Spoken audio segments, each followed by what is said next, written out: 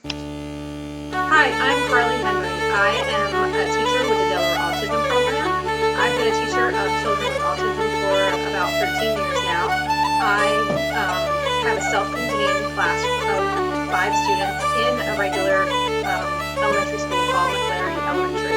My students are working on a first grade level. I have 5 students, and I teach them in my self-contained classroom the majority of the day. But they do go out for science, social studies, lunch, recess, and then the specials, music, library, art, and dance.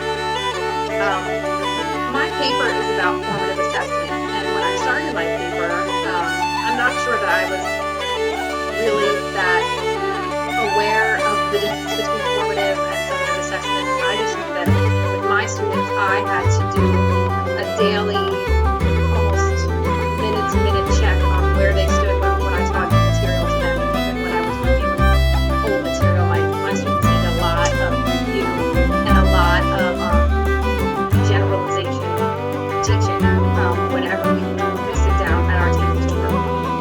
So learning about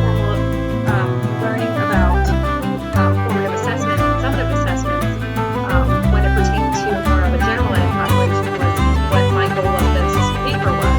But in the meantime, I had